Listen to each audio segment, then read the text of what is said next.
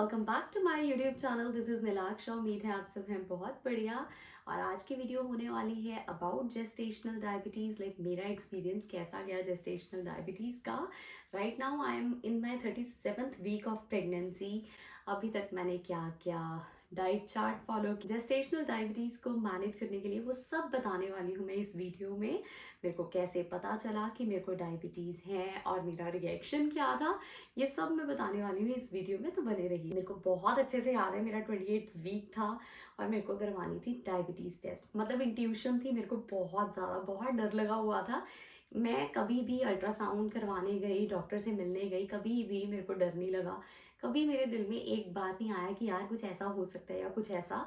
तो I am always positive. लेकिन एक ऐसा टेस्ट था जिसके लिए पता नहीं, लाइक मैंने बहुत सारी वीडियोस देख रखी थी, लोगों को वो ड्रिंक पीनी बहुत मुश्किल लगती है, लेकिन मेरे को ऐसा वैसा कोई डर नहीं था। मेरे को डर था तो कि ये डायबिटीज़ आ ना जाए। वो भी डर क्यों था मैं बताती हूँ। स्टार्टिंग के फर्स्ट फ्यू मंथ्स जो थे प्रेगनेंसी के, बहुत ज़्यादा लेजी थे। वॉक पे नहीं जा पाई, जिम नहीं जा पाई, बिल्कुल लाइक मतलब बेड पे थी। मतलब सिर्फ सोना, काम करना, रेस्ट करना, खाना पीना, बस। एक्सरसाइज बिल्कुल नहीं थी। मैंने बहुत ज़्यादा वेट पुट ऑन कर लिया था। उस टाइम से लेके 28th वीक तक ही मैं 15 kg गेन कर चुकी थी। रीज़न भी मैंने इतना मीठा खाया, हर रोज़ मैं बाहर का खाती थी और सोचती थी कि बस आज के बाद नहीं खाना। और हमेशा बोलते हैं ना कि प्रेगनेंसी में जियो खाओ, मतलब मैंने ध्यान ही नहीं दिया यार, हेल्दी खाओ। कौन बोलते हैं, मतलब खाओ ठीक है, लिमिट में खाओ। मैंने बिल्कुल पोर्शन में नहीं खाया, बहुत बहुत बहुत मीठा खाया। जिस दिन बाहर का नहीं खाया तो उस दिन घर पे मम्मी से चीनी वाली परांठे बना के खाए। बिल्कुल खाना खाना खाना मेरी ज़िंदगी बन चुकी थी। और मेरे को याद है सेमियाँ बनवा के खानी, बेसन वाला दूध मीठा डलवा के खाना, कॉफ़ी तक भी मीठी पीनी शुरू कर दी थी अगर कभी पीनी तो, बबल टी पीनी, मतलब बहुत बहुत बहुत मीठा खाया। जिसकी वजह से पता नहीं मेरे को इंट्यूशन थी कि पक्का शुगर आने वाली है। तो मैंने डायबिटीज़ टेस्ट करवाया और वही हुआ, रिपोर्ट रात को आ गई और मैंने देखा तो मेरे को आ गई डायबिटीज़। अगले दिन सैटरडे संडे था, छुट्टी थी। तो डॉक्टर ने मिलना नहीं था। बहुत बहुत डरी, बहुत वीडियोस देखी, बहुत अपसेट हुई। फिर सोचा कि कोई बात नहीं, अभी लेवल 2 होगा, टेस्ट देखा जाएगा। लेकिन उस टाइम में मैंने अपने आप को प्रिपेयर कर लिया कि इट्स ओके, आगे तो आगे, अब कंट्रोल करके चलेंगे, कि थोड़ा मैनेज करके चलेंगे। चैट जीपीटी की हेल्प से मैंने काफ़ी कुछ निकाला डिटेल्स की, कैसे मैनेज हो सकता है, कैसे कंट्रोल कर सकते हैं। तो उसके बाद फिर मैं डॉक्टर से मिली। डॉक्टर ने मेरे को शुगर चेक करने वाली मशीन प्रिस्क्राइब की कि शुगर चेक करो। तो डॉक्टर ने रेफर कर दिया डायबिटिक सेंटर, और डायबिटिक सेंटर वालों की राइट अवे मेरे को मेल आ गई कि ये प्रिकॉशंस लेने चाहिए। उन्होंने डिटेल पैम्फलेट भेज दिया, डिटेल चार्ट भेज दिया कि कैसे कैसे डाइट आप मैनेज कर सकते हो, क्या क्या कर सकते हो जिससे शुगर कंट्रोल आए आपकी। तो मैंने अपनी तरफ से पूरी कोशिश की, वो सब बहुत अच्छे से, बहुत ध्यान से पढ़ने की।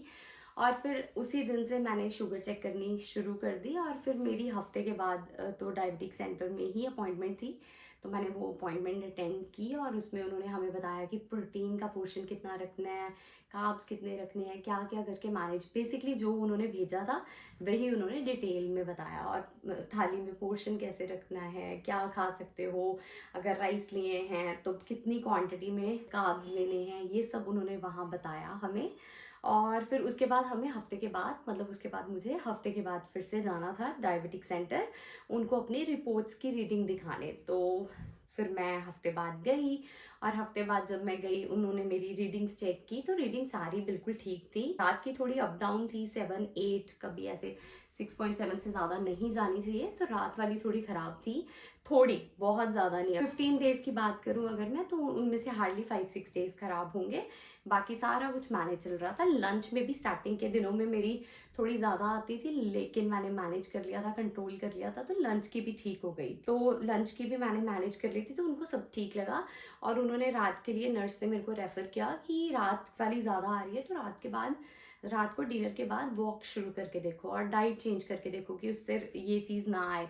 पोटैटोज़ बिल्कुल नहीं खा सकते, राइस बिल्कुल नहीं खा सकते, मतलब मेरे को किसी का नहीं पता, मैं अपना बता रही हूँ। राइस, पोटैटो, चपाती, जब जब मैंने ये खाया तो मेरी रीडिंग अक्सर 8.5 से ऊपर ही गई है, तो मैंने इनको बिल्कुल कट ऑफ कर दिया था। और चीनी तो मैं बिल्कुल ही नहीं खा रही थी। मेरे 8 वीक्स हो चुके हैं ऑलमोस्ट, तो इन 8 वीक्स में मैंने हार्डली सिर्फ 4 बार शुगर इनटेक किया होगा, वो भी एक बार अपने बेबी शावर पे, एक बार अपनी फ्रेंड के बेबी शावर पे, और हार्डली 2 बार और उसके अलावा मैंने चीनी बिल्कुल नहीं खाई। कार्ब्स वगैरह भी मैंने अपनी तरफ से कट ऑफ करने की कोशिश की है। अगर मैं कार्ब्स लेती थी तो साथ में प्रोटीन लेती थी। Now officially I am at that stage कि मैं इससे ज़्यादा खड़ी होकर बात नहीं कर सकती हूँ, मेरे को बैठना पड़ जाता है। आई फील वेरी लो, तो बैठना पड़ गया। हाँ, तो हम बात कर रहे थे, क्या बात कर रहे थे भूल गई मैं। हाँ, तो 4 बार ही मीठा खाया, और कार्ब्स के साथ जब भी कार्ब्स लो तो साथ में प्रोटीन लेने की कोशिश करो। तो 3 वीक के बाद उन्होंने मेरे को बुलाया, तो मैं 3 वीक के बाद गई। मैंने अपनी तरफ से पूरी कोशिश की कि कार्ब्स अवॉइड कर सकूं, लेकिन एनी हाउ मैं रात वाली शुगर मेंटेन नहीं कर पा रही थी। It's not that bad. अगर 7 डेज की बात करें, 7 डेज में 3 या 4 दिन थोड़े बुरे आते थे सिर्फ रात वाली शुगर के, बाकी रीडिंग सारी बिल्कुल ठीक थी। Before breakfast, after breakfast, after lunch, ये बिल्कुल ठीक थी। कभी कोई एक दिन होगा जब इनकी रीडिंग खराब आती थी, अदरवाइज ये सारा बहुत अच्छा मेंटेन चल रहा था। सिर्फ रात वाली शुगर की दिक्कत आ रही थी। मैंने वॉक भी शुरू की, तब भी कभी ना कभी आ जाती थी ज़्यादा। तो मेरी अपॉइंटमेंट थी नर्स से, तो उन्होंने चेक किया और उन्होंने बोला कि I think this is the high time कि हम एक बार डॉक्टर से डिस्कस कर लेते हैं कि क्या करना चाहिए। उसी दिन मतलब 30 मिनट्स मेरे को वेट करनी पड़ी, और फिर हम मिले डॉक्टर से। तो डॉक्टर ने चेक किया और डॉक्टर ने बोला कि रात के लिए ऐसे करते हैं, इंसुलिन स्टार्ट कर देते हैं, बिकॉज ये जो शुगर की रीडिंग्स आ रही हैं ये आपके लिए हार्मफुल नहीं है, लेकिन फॉर बेबी ये बेबी को कहीं ना कहीं खराब कर सकती हैं। बेबी का साइज बिल्कुल ठीक है, सारा कुछ अल्ट्रासाउंड में बिल्कुल ठीक आया है, लेकिन फिर भी प्रिकॉशन लेने के लिए ये शुगर और ना बढ़े और ख़राब ना करे किसी चीज़ को, तो आप इंसुलिन स्टार्ट कर दीजिए। तो इनिशियली हम लोगों ने स्टार्ट किया रात के डिनर से पहले इंसुलिन, वो लेती थी मैं 4 यूनिट्स, और 4 यूनिट्स लेके मेरी शुगर आई 8.5। अगले दिन मेरी शुगर आई, रात की बता रही हूँ ये रीडिंग्स, अगले दिन 8.3, उसके अगले दिन 9। खाना मैं सेम खा रही हूँ जो आगे खाती हूँ। जनरली क्या होता था, इंसुलिन से पहले मेरी रीडिंग आ रही है 6.3, 6.7, अगले दिन 7.8 आई। ये तो कॉन्स्टेंटली 3 दिन से आ गई इतनी ज़्यादा, तो मेरे को लगा पक्का इंसुलिन खराब है, कोई तो गड़बड़ है, इंसुलिन सूट नहीं कर रहा। तो मैंने डॉक्टर को कांटेक्ट करने की कोशिश की, और मैंने फिर अपनी नर्स से बात की। तो उन्होंने मेरे को बताया कि ऐसे करो, एक दिन छोड़ के 1 यूनिट बढ़ाना है तुम्हें इंसुलिन का। दैट मीन्स ये यूनिट तुम्हारे लिए नहीं है, तुम्हें और इंक्रीज करना है।